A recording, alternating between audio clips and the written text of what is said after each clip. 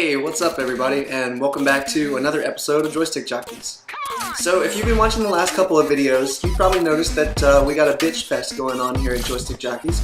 So you probably need to take your press-ons off, get somebody to hold your baby for a minute, because we about to get our bitch on.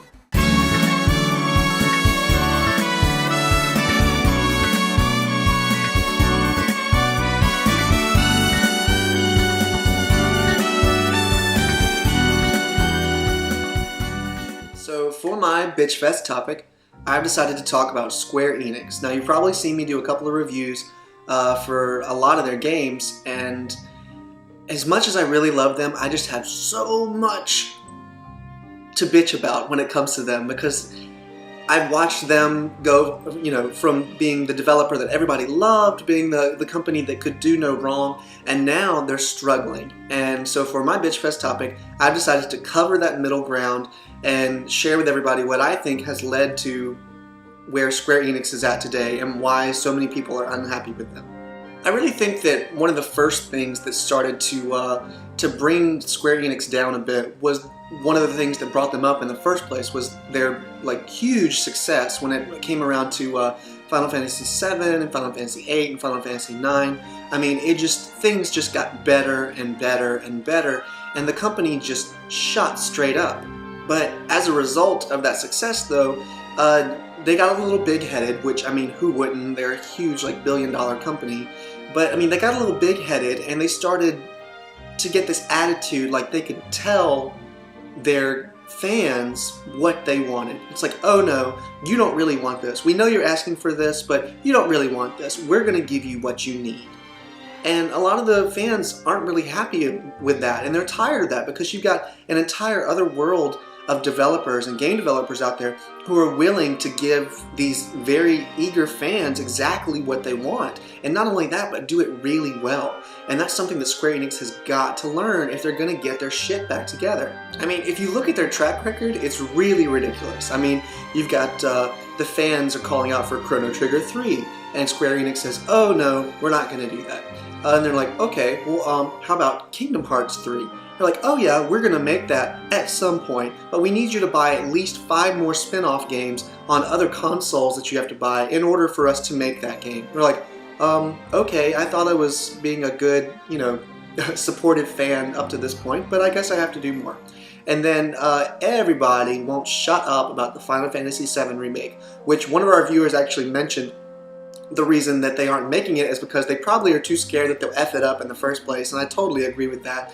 But still, you've got all these fans clamoring for it, and instead of addressing that, all they're doing is like, oh, well, instead of making this, or instead of addressing this, we're just going to give you 1,000 games in this same world, in this same setting that aren't quite as good, but you're going to play them anyway because we know you really want this game. And you can't treat your fans like that. You can't blatantly just appeal to them and steal their money that way. That's not a good way to do business.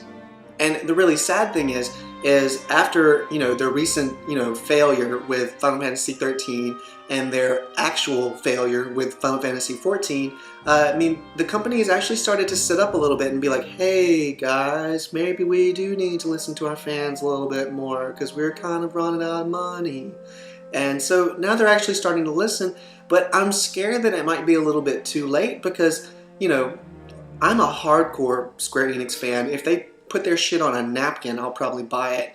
But, I've already gotten to the point where I'm finding other developers that I actually like more and then will give me games that appeal to me both in what I want and giving me new experiences. And like I said before, doing that very well, doing it in a way that Square Enix hasn't quite gotten the hang of yet. But Lord, if they don't know how to hype up a game.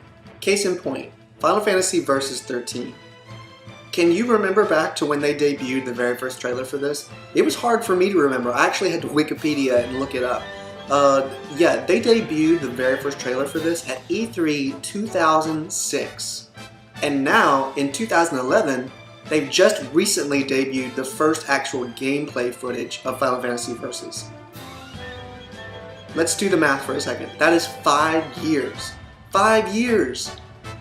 Waiting for an actual gameplay trailer. That's ridiculous. No amount of game needs that development time, and I understand that they use the same team for every single game that they do, so all these games that everybody's waiting for is just in a queue waiting for it to come up so that it gets its turn for development. Whereas you've got these trailers that are coming out 5 years before it comes out, and everybody's, you're just spoon feeding that little bit of information all along the way, and all the way you're pissing these people off waiting for this game. And then on top of that, when they debuted the gameplay footage, they said, oh, this is still in really early development stage, and we're still going to need a lot of time. You're probably not going to see this game for a really long time now, but here's just another little trailer to, to keep you happy. So Square Enix, I'm saying this to you directly, you've got yourself spread out way too thin, you've got too little people working on too many games, and even when you spend so much time on the development, all your games still end up feeling rushed, and everybody ends up disappointed. And at this point, it's pretty apparent that we're never going to get the Square Enix that we all love back. It's never going to be that company that, we all just, couldn't wait to get the latest gaming magazine because in hopes that maybe there was at least one little page of information for whatever they had coming out, from Square Enix. It's never going to be that company again. They don't want to be that company anymore. They want to be the company that does anything and everything. They want to get their hands on every single genre instead of focusing on doing a good job at what they were doing already. So that's about it for my Bitch Fest. If you're still here with me at this point, then I commend you for putting up with all my rants and raves throughout the entire video. And if you have any to add yourself, please don't hesitate to leave a comment on the video. And most of all, don't forget to subscribe because we got a couple more Bitch Fest videos coming up and you're not going to miss all that sassiness. So stay with us and we'll catch you next time. Thanks again.